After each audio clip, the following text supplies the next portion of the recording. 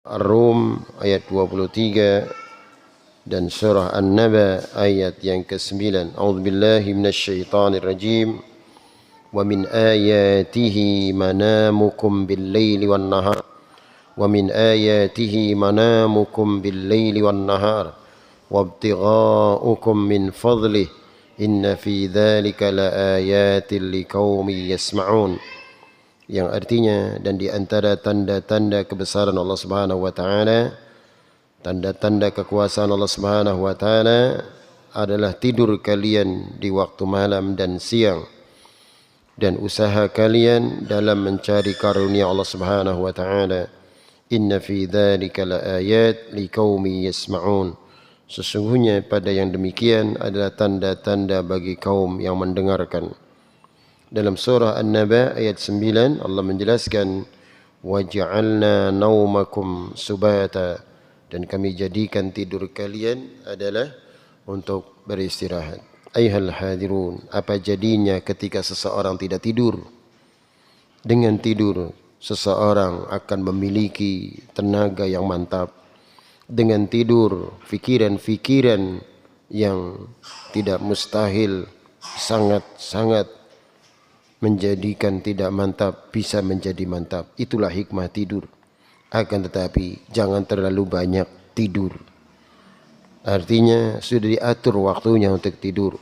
Allah jadikan waktu malam untuk istirahat, waktu siang untuk mencari nafkah. Wa ja'alna al-laila libasa wa ja'alna an-nahara ma'asha. Sudah diatur semuanya oleh Allah Subhanahu wa taala. Jangan menyalahi aturan, karena inilah aturan Allah Subhanahu wa taala. Ayuhal hadirun rahimakumullah. Itulah hikmah-hikmah daripada kebesaran ayat-ayat Allah Subhanahu wa taala menjadikan kalian bisa beristirahat dengan tidur kalian. Kemudian Rasulullah SAW bersabda dalam hadis yang disampaikan sahabat Barra bin Azib radhiyallahu an, qala Rasulullah sallallahu alaihi wasallam, idza ataita madji'aka fatawadda wudu'aka lis-salah. Apabila anda mendatangi tempat tidurmu, maka dahulukan wudu sebagaimana wudu untuk salat. Thumma ittaji' ala shikkikil aiman. Kemudian berbaringlah di atas lambungnya yang sebelah kanan. Thumma qul Allahumma aslamtu wajhi ilaika wa fawwadtu amri ilaika ila akhiril hadis. Kemudian baca doa ketika mau tidur. Ayyuhal hadirun rahimakumullah. Dari hadis ini faidah yang sangat besar. Ketika seseorang beranjak ke tempat tidurnya, dahulukan berwudu terlebih dahulu. Walaupun dia berhadas, tetap dahulukan berwudu sebelum tidur. Fa in mutta min lailatika mata 'alal fitrah. Kalaulah dia meninggal dunia ketika tidurnya dengan berwudu, maka meninggalnya dalam keadaan fitrah, dalam keadaan suci. Subhanallah. Tidak mustahil berapa banyak orang yang tidur waktu malam, ternyata dia tidak bangun lagi. Begitupun juga ada orang yang tidur waktu siang, ternyata dia meninggal dunia. Itu kekuasaan Allah Subhanahu wa taala. Mendahulukan berwudu sebelum tidur, ini akan menjadikan hikmah yang sangat besar. Tidak usah ditanyakan bagaimana ketika tidur dengan istri. Tidak masalah, berwudu. Berwudu terlebih dahulu. Jadi sebelum tidur, walaupun tidur bareng dengan istri, tetap berwudu terlebih dahulu. Karena tidak ada dalil yang menyatakan batal wudu karena bersentuhan lawan jenis. Tidak ada dalil. Sekali lagi, kalaulah bersentuhan lawan jenis, kenapa Rasulullah SAW saat qiyamul lail di tengah malam, kemudian istrinya Aisyah radhiyallahu anha ketika tidur mencari-cari Rasulullah sampai meraba-raba tempat salat, ternyata memegang kaki Rasulullah SAW. Hadis itu sahih. Rasul SAW dipegang kakinya oleh Aisyah, sedang Rasulullah ketika itu lagi berdiri mengerjakan salat. Kalaulah bersentuhan lawan jenis itu adalah batal wudu, kenapa Rasulullah tidak berwudu lagi? Dari sini jelas sekali bagi kita, tidak ada dalil yang menyatakan bersentuhan lawan jenis itu membatalkan wudu. Dalam riwayat yang lain disebutkan, kana Rasulullah sallam yuqabbilu ba'da nisa'i wa lam yatawadda. Rasulullah sallam mencium istri-istrinya kemudian tidak berwudu lagi, langsung mengerjakan salat. Dari sini dalil kuat. Apatah lagi dengan hanya bersentuhan, mencium itu sesuatu hal yang lebih hebat daripada hanya sekedar bersentuhan.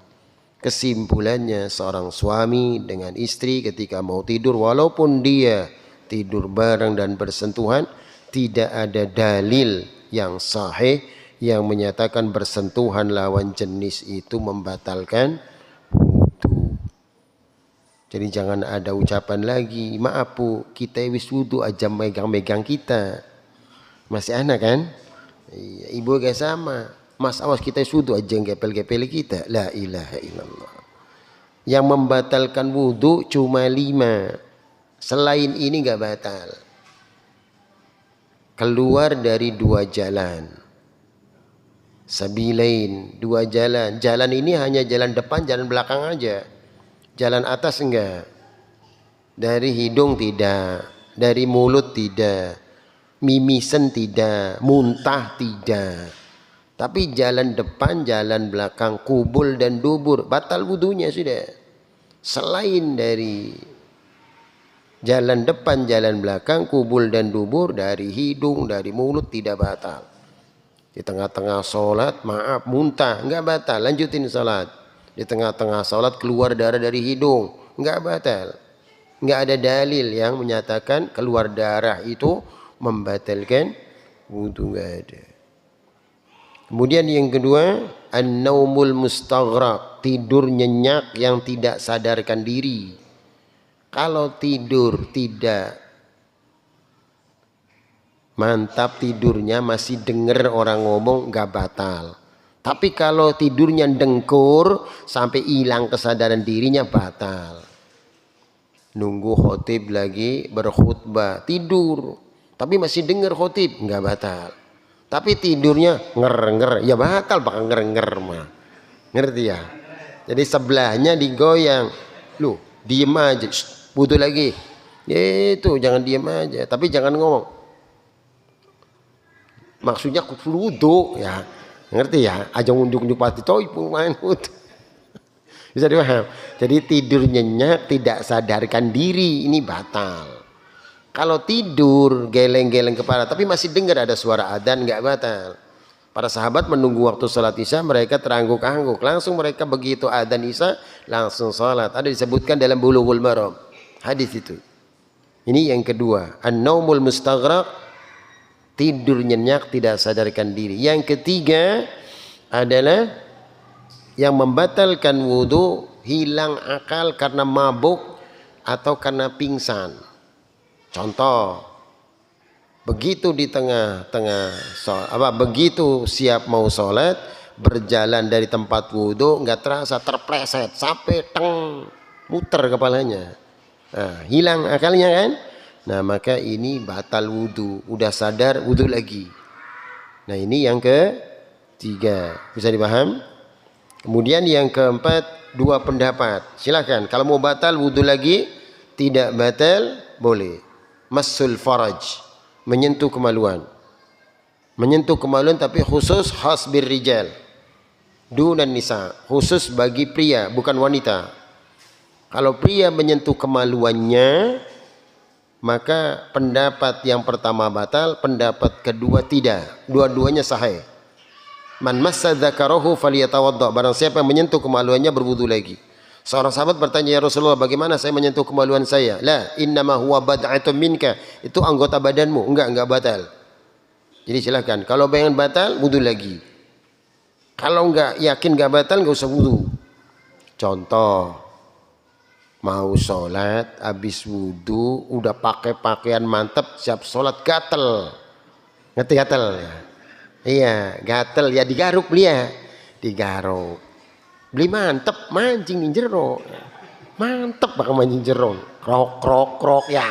Ya, yang enggak masalah, bukan perkara kotor, harus dijelasin.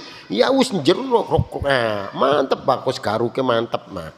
Nah ini dua pendapat, silakan mau batal wudhu lagi nggak apa-apa, bukan perkara kotor, harus dijelaskan masalah syariat. Tapi khusus bagi kaum pria, masya Allah, jazakallah khair, masya Allah, barakallah fiik.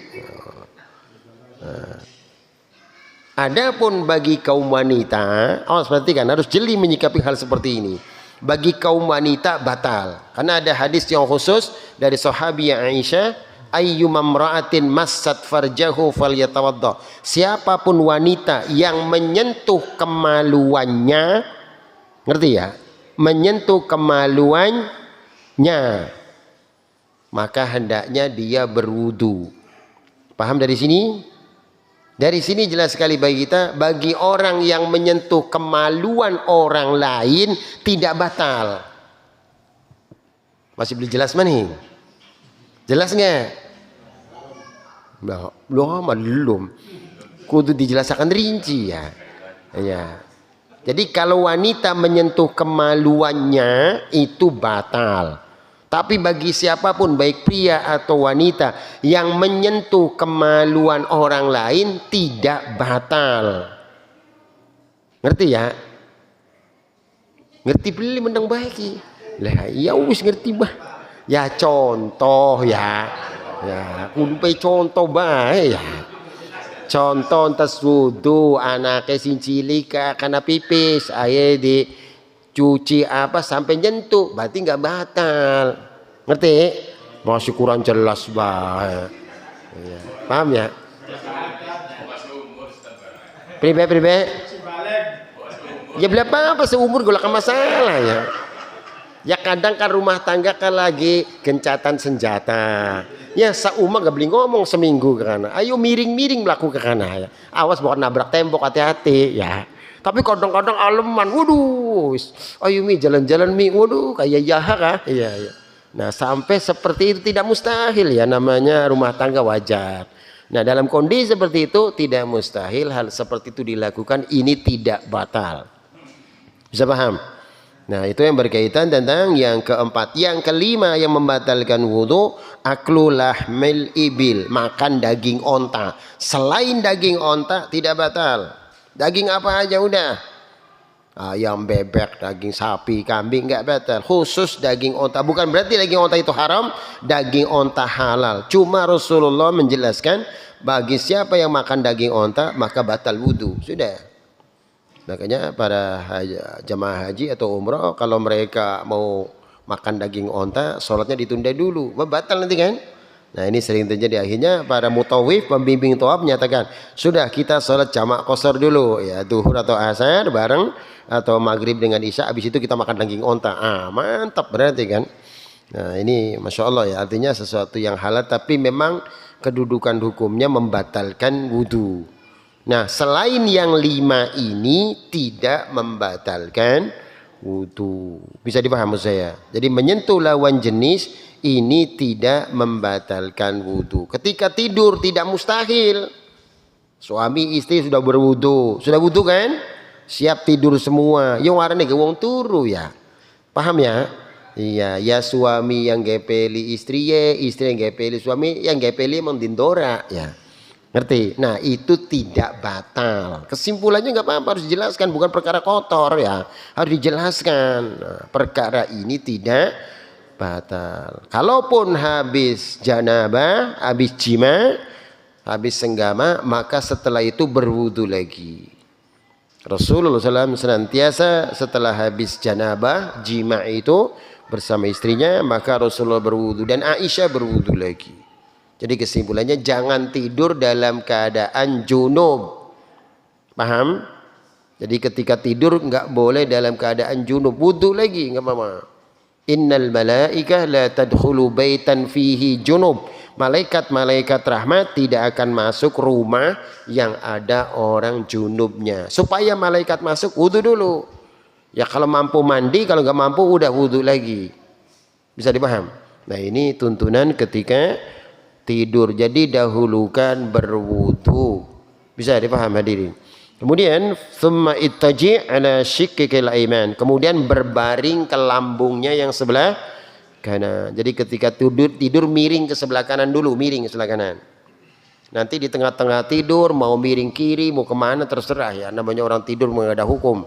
Tapi awal-awal tidur miring ke sebelah kanan. Ayyuhal hadirin rahimakumullah, itu pembukaan daripada adabun naum, adab tidur. Adab-adab yang berkaitan dengan tidur, yang pertama al-adabul awal ighlaqul abwab wa itfa'un nar wal masabih qabla an-naum.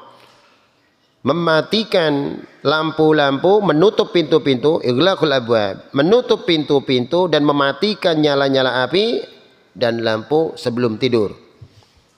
Jadi usahakan ketika mau tidur semua pintu-pintu dan jendela ini terkunci supaya mantap. Namanya orang tidur kayak orang mati kan, nggak ada yang tahu. Makanya usahakan ketika mau tidur kira-kira ditutup dulu pintu jendela.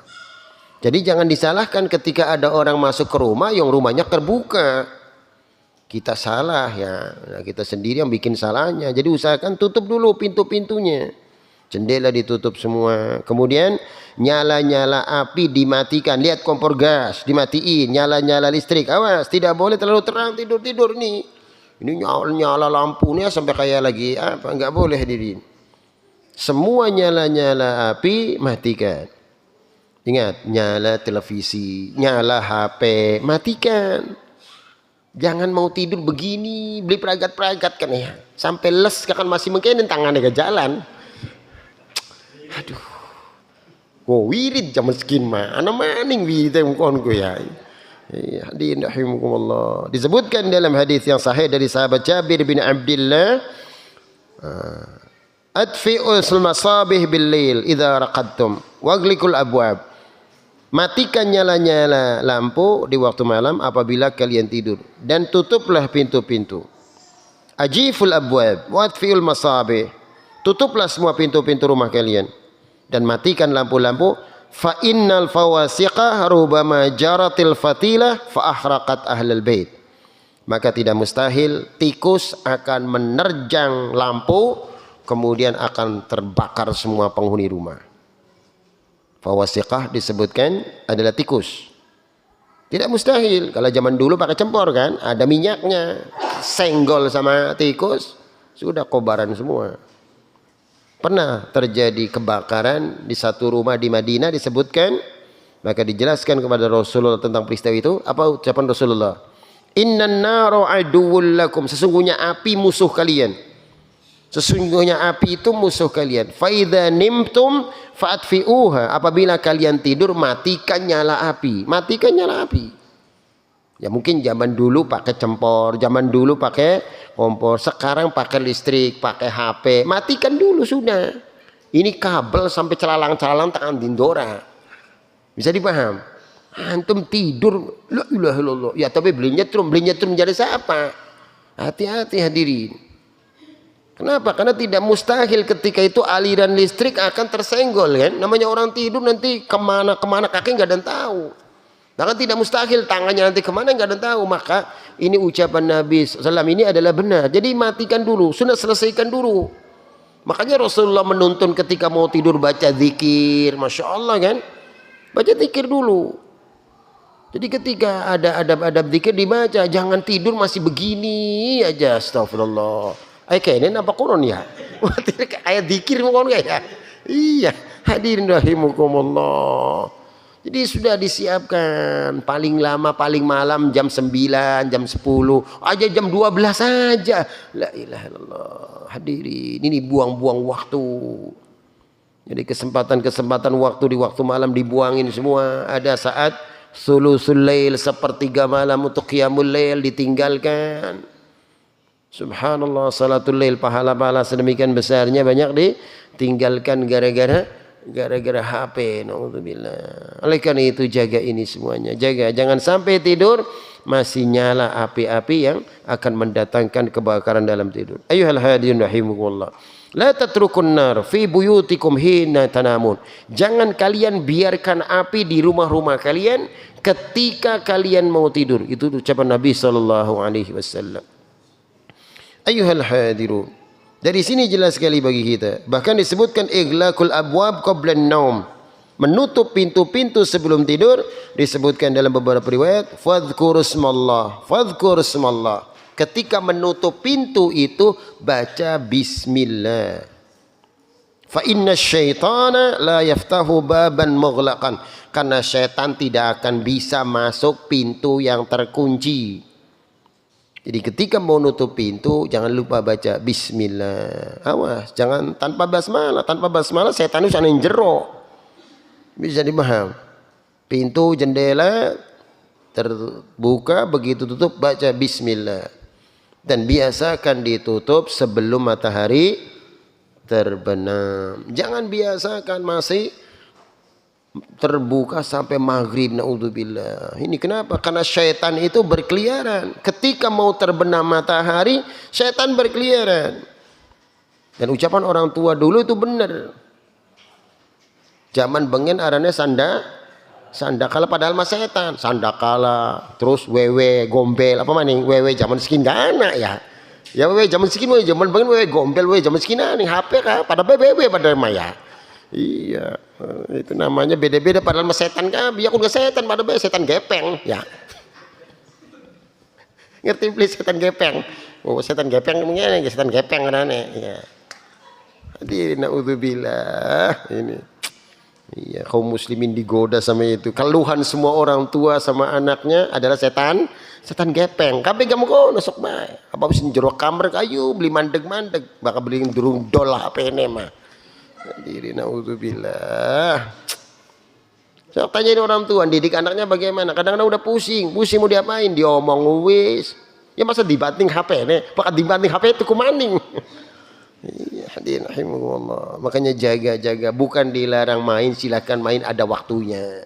Diatur waktu. Di mana waktu bermain, di mana waktu bekerja, di mana waktu beribadah sudah diatur. Dan juga di mana waktu membantu istri. Maaf. Ini suami-suami ini. Di mana waktu membantu istri.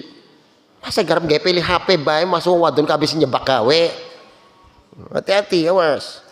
Ini banyak keluhan-keluhan SMS tolong ini tolong masa tolong bae mbu arane laka ya. Jadi deleng arane kulangka. Ya mbu jamaah sunat dudu ya mbu ya.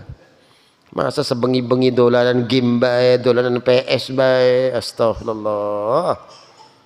Gimana didik anak-anaknya besok paginya?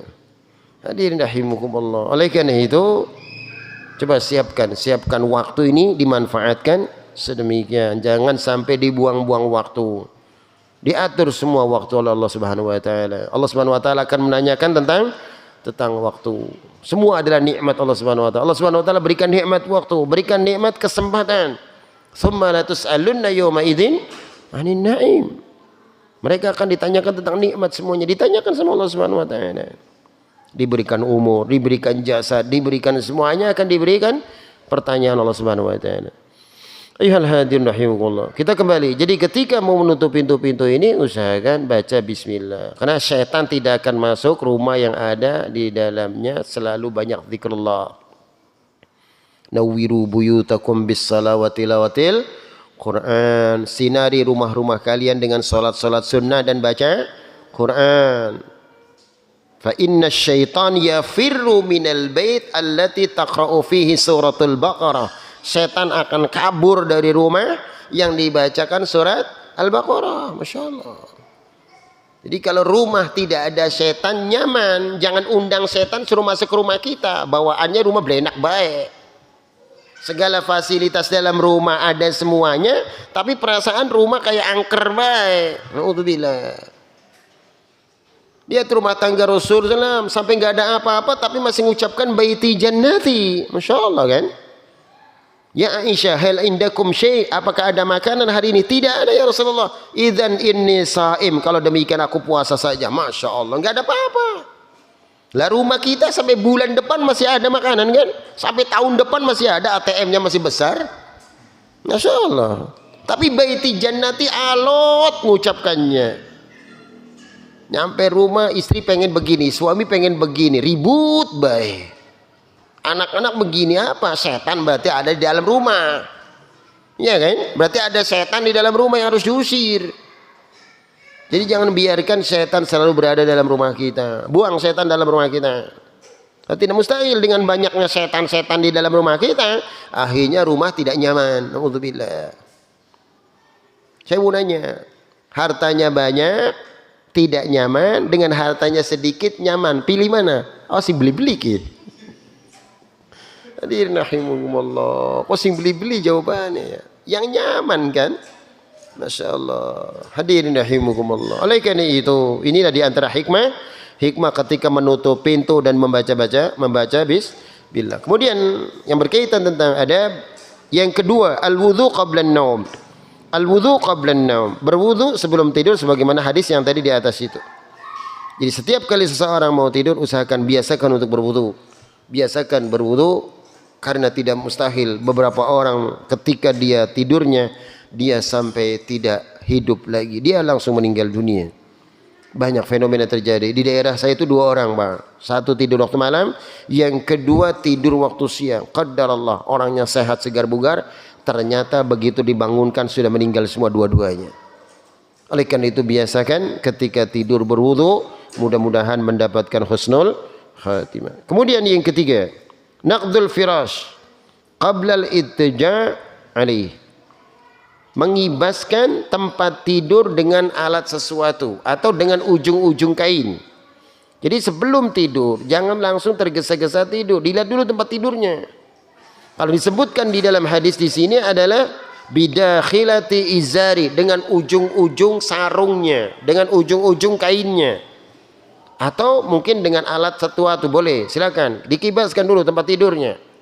Di sini ada beberapa faedah di sini, karena tidak mustahil di situ ada binatang yang akan mengganggu kita mau tidur. Apa antum tahu di dalam tempat tidur ada serangga masuk di situ atau ulat masuk di situ? Kan nggak ada yang tahu kan. Maka dalam kondisi ketika seseorang mau tidur, biasakan bersihkan dulu, dibersihkan dulu tempat tidur dari hal seperti ini. Atau tidak mustahil ada hikmah tersendiri di sana, karena hal seperti ini adalah perkara gaib. Jadi biasakan ketika mau tidur untuk dikibaskan tempat tidurnya. Fa innahu la yadri ma khalfa alaih, karena kalian tidak tahu apa yang ada di dalam tempat tidur itu. Itulah ucapan Nabi sallallahu alaihi wasallam. Ayyuhal hadirin rahimakumullah. Jadi ini sunnah Rasulullah ketika mau tidur, biasakan dilihat dulu tempat tidur, kemudian dibersihkan dulu, dibersihkan. Kalau mampu dengan ujung-ujung sarungnya, ujung-ujung kainnya. Kalau tidak mampu dengan alat-alat tertentu, boleh untuk dibersihkan terlebih dahulu sebelum tidur. Karena tidak mustahil di situ ada gangguan-gangguan yang ada, baik gangguan-gangguan yang berbentuk atau gangguan-gangguan yang tidak berbentuk. Ayyuhal hadirun. Itu di antara adab di dalam tidur. Kemudian termasuk adab tidur, an-naumu 'ala syiqqil aiman wa wad'ul khad 'ala al-yadil yumna. Tidur dengan miring ke sebelah kanan dan meletakkan telapak tangan yang kanannya di pipinya. Ini sunnah Rasulullah SAW. Jadi diletakkan tangan kanannya di pipinya yang sebelah kanan. Adapun kalau sudah berat, boleh silakan miring ke sebelah kirinya. Jadi pembuka tidur seperti ini.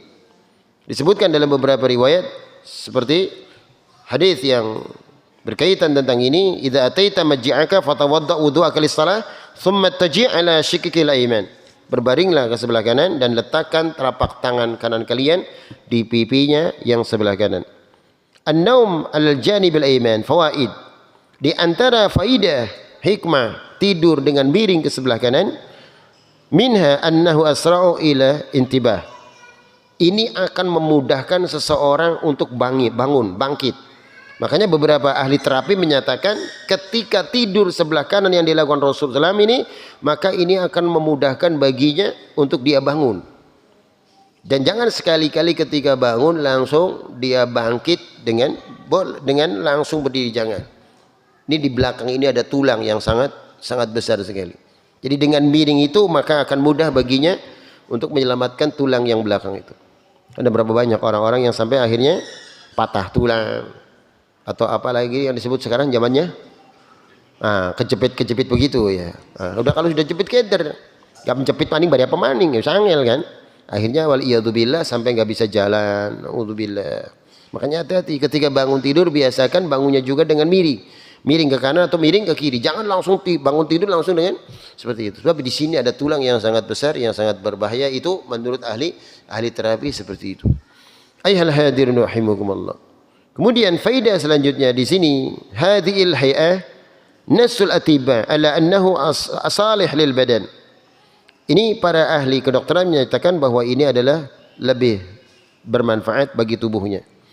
Akan tetapi dari pihak kedokteran juga menganjurkan boleh untuk miring ke sebelah kiri. Dari sini dua pendapat menyatakan dibolehkan. Tetapi lebih diutamakan ketika mau tidur terlebih dahulu untuk miring ke sebelah kanan. Adapun kalau sudah merasa gerah dan lain sebagainya boleh miring ke sebelah kiri. Kemudian termasuk adab selanjutnya qiraah syai'un minal Qur'an. Baca beberapa ayat Al-Qur'an sebelum tidur. Baca beberapa ayat Quran sebelum tidur. Kana min hadyin Nabi sallallahu alaihi wasallam annahu la yanama hatta yaqra syai'an minal Qur'an. Petunjuk Nabi sallallahu alaihi wasallam, Rasulullah SAW senantiasa tidak tidur terkecuali membaca beberapa ayat Al-Qur'an. Ini adab Rasulullah SAW. Jadi setelah Rasulullah sudah siap mau tidur, berwudu sudah beres, maka membaca ayat Quran. Bisa dipahaminya? Jangan membaca WA, jangan. Bisa dipaham?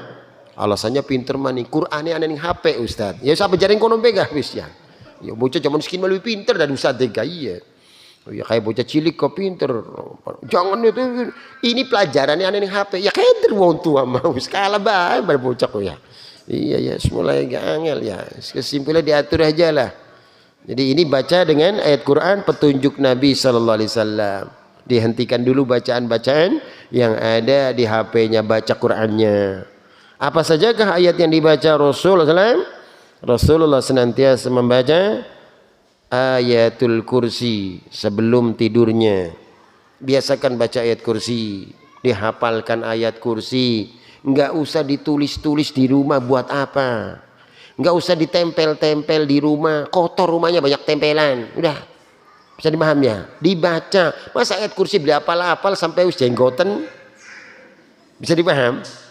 Jadi dibaca ayat kursinya sebelum tidur, dibaca ayat kursi sehari semalam bisa 8 kali. Masa nggak hafal ya? Habis sholat fardu udah jelas 5 kan? Tuhur, asar, maghrib, isya, subuh berarti 5 kali. Man qara'a ayatal kursi dubura kulli salatin maktubah lam yamna'hu min dukhulil jannah illal maut. Siapa yang membiasakan baca ayat kursi sesudah salat fardu, maka tidak ada yang menghalanginya untuk masuk surga terkecuali kematian. Kesimpulannya setelah meninggal dijamin masuk surga. Masya Allah. Jadi biasakan baca ayat kursi habis salat fardu. Habis dikir-dikir selesai, nah maka di penghujungnya boleh baca ayat kursi. Bisa dipahami ya? Ayat kursi ini untuk menjaga kita, menjaga keluarga kita, menjaga harta kita.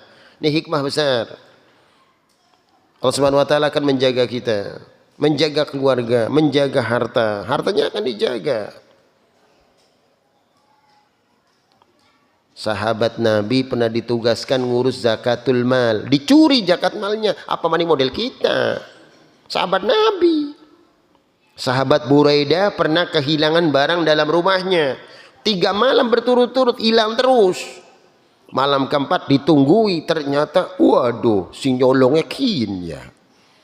Coba ketika antum ya kabur nggak tahu nggak ini sahabat Nabi mah berani ya.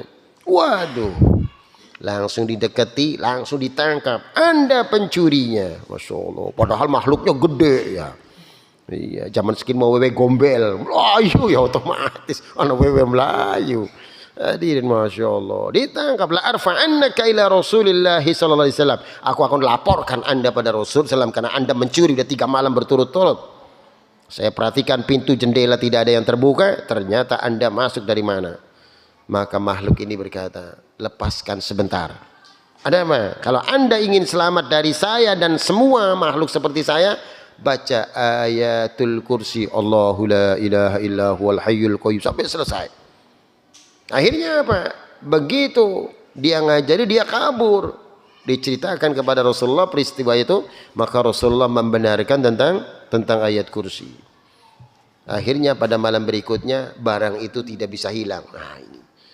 Jadi maaf, nggak usah repot-repot, nggak usah ditaruh di bantal, nggak usah ditaruh di mana. Baca ayat kursi, taruh bening kono, ayo sok jajal nyolong. Ya, jadi paham.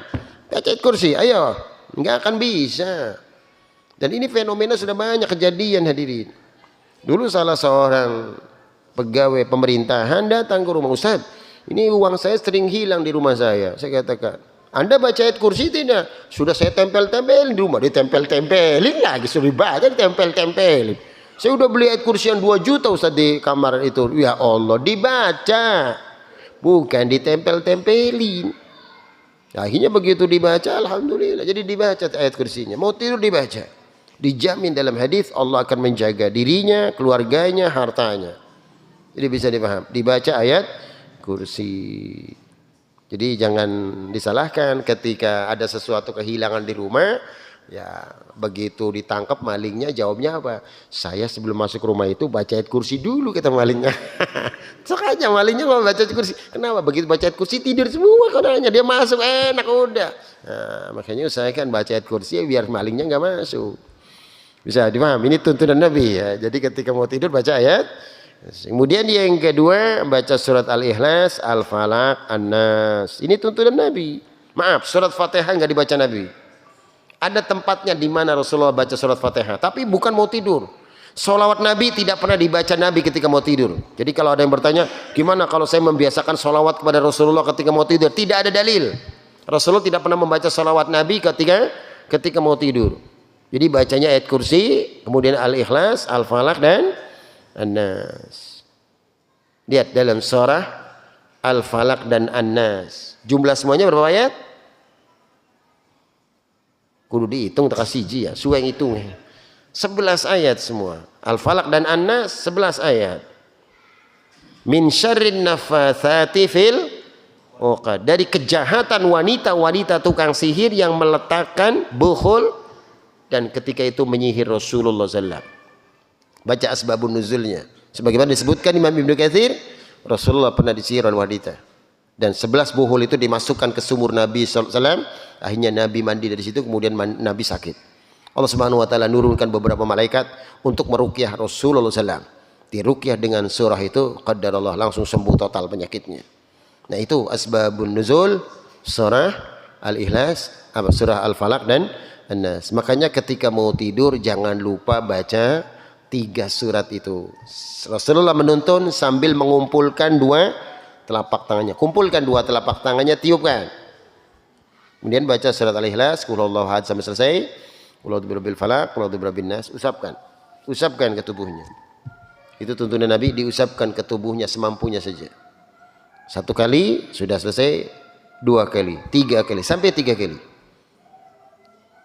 Saya mau nanya sama antum. Ketika antum berbuat baik kepada orang lain, jangankan berbuat buruk, berbuat baik saja.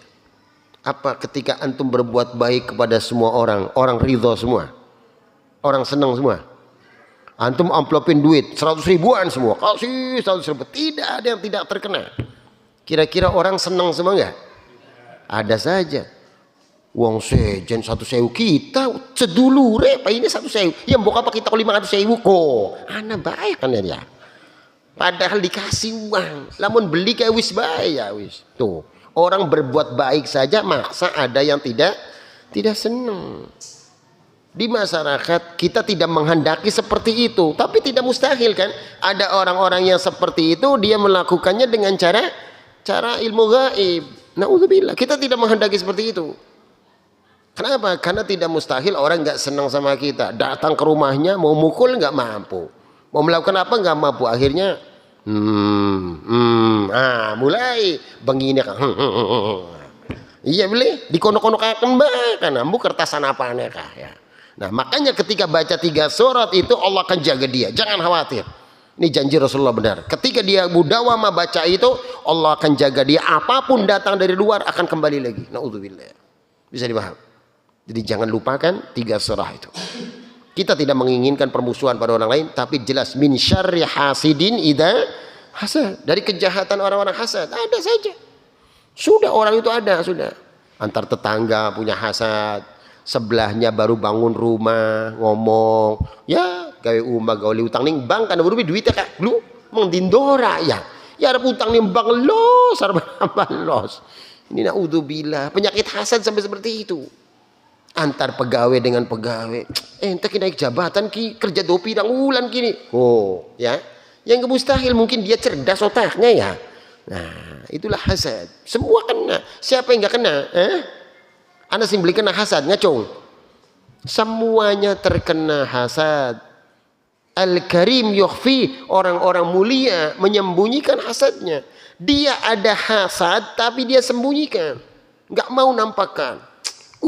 Iya, tapi tahan ya Allah, astagfirullah. Hasad sama orang nih.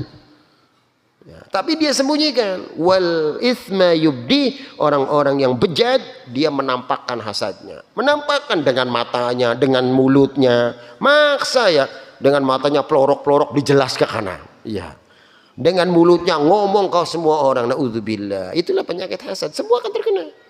Itulah ucapan Syekhul Islam, semua tidak akan bisa terbebas dengan hasad, akan terkena. Makanya perbanyak doa, Allahumma inna na'udzubika minal hasad wasyahna wal baghdha. Ya Allah, kami berlindung kepadamu dari sifat hasad.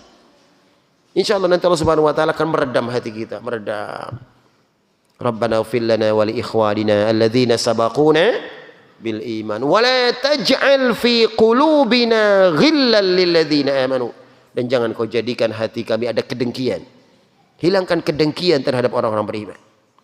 Nah, Masya Allah. Oleh karena itu, insya Allah dengan kekuatan doa, kita akan menjadikan hati kita lapang. Masya Allah. Lihat orang lain sukses, alhamdulillah. Lihat teman kita berhasil, alhamdulillah. Lihat ada orang lain, Masya Allah, dapat rezeki nikmat. Waduh, sudah enak, itu enak, tenang, Masya Allah. Logro hatinya ku. Ngerti logro? Beli kenceng hatinya kin. Kin mah kenceng baik. Sing hati kenceng sampai endase kenceng, akhirnya blak, puyang beli. Ya. Naudzubillah. Makanya buang sifat-sifat seperti itu.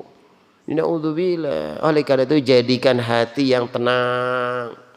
Orang-orang dapat nikmat, alhamdulillah, alhamdulillah dapat nikmat. Mudah-mudahan nanti saya datang ke rumahnya, saya pengen pinjem juga boleh. Iya kan, enak orang tuh. Iya sudah. Ini ada orang dapat nikmat, hati nggak tenang. Naudzubillah. Nah ini diantara adab-adab tidur yang dijelaskan Nabi Sallallahu Alaihi Wasallam. Masih panjang adab-adab yang berkaitan dengan tidur. Insya Allah pada pertemuan bulan depan akan saya lanjutkan. Sebelum saya akhiri, dipersilakan 1-2 pertanyaan saja. Karena sudah waktu isya. Ya, silakan. Ya.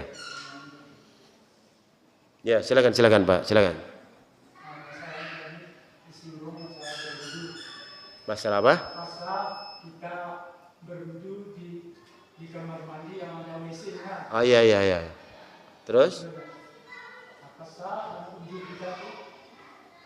Hadirin rahimakumullah.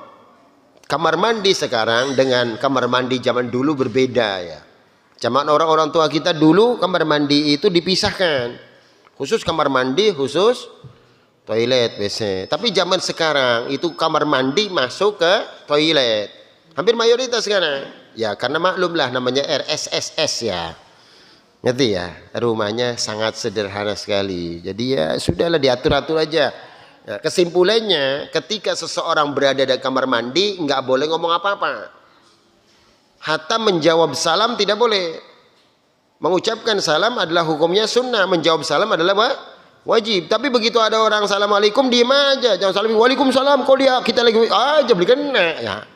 Bisa dimaham. Nah ini melakukan sesuatu yang wajib aja tidak boleh. Bisa dipaham maksud saya? Artinya di kamar mandi jangan melakukan apa-apa. Membawa nama-nama Allah nggak boleh. Kalau ada tulisan-tulisan yang membawa nama Allah maka ditanggalkan di luar kamar mandi. Terkecuali dalam keadaan darurat. Contoh nih dompete anak zikir pagi petangnya contoh ya karena pengen cuma ya nyelip nih dompet lah mau ditaruh di jambah mau wassalam wis dompet tadi. Contoh. Nah ini darurat kan. Nah kesimpulannya boleh darurat. Nah kemudian kembali kepada kamar mandi yang ada WC. Ketika seseorang berwudu di sana maka tidak masalah baginya tetap membaca basmalah. La wudu aliman lam yudhkarismallah. Tidak sah wudu tanpa baca basmalah. Jadi ketika berwudu di kamar mandi yang ada toiletnya tetap baca basmalah. Bisa dipaham? Jangan tanpa basmalah. Alasannya kotak kamar mandi karena beda niat di sini. Niatnya bau berwudu. Jadi tetap baca basmalah. Kemudian Ketika selesai baca syahadat atau baca doa sesudah wudhu boleh. Jadi kesimpulannya karena sudah beda niat di sini, niatnya bukan niat mau BAB, paham ya? Jadi niatnya niat mau berwudhu. Jadi walaupun ada toiletnya boleh. Wallahu alam bissawab. Bisa ada yang lain? Ya. Dari tadi kan ranahnya ada terus ada tidur. Ya. Ya nanti siji-siji tak siji ya. Iya maksudnya mata kasih siji dingin kotos peragat adab akhlak. Sabar dingin aja buru-buru ya. Wis kok gak kena kabeh ya. Iya. Maksudnya nih adab dingin peragat adab. Yambu ketemunya apa 2029 apa 2030 yambo ya. Kin bareng 2020 dau mah bahas ping telu ya sing sabar. Kata Rasulullah walakinnakum qaumun tastajilun. Kalian termasuk kaum yang terburu-buru. Aja buru-buru kok gak nyampe insyaallah ya. Bakal beli nyampe ya wis lah kepribadian yang wis niat ya wis niat ternyata nggak nyampe ya Allah yang menentukan. Wallahu alam bisa ada yang lain cukup ya demikian ya terakhir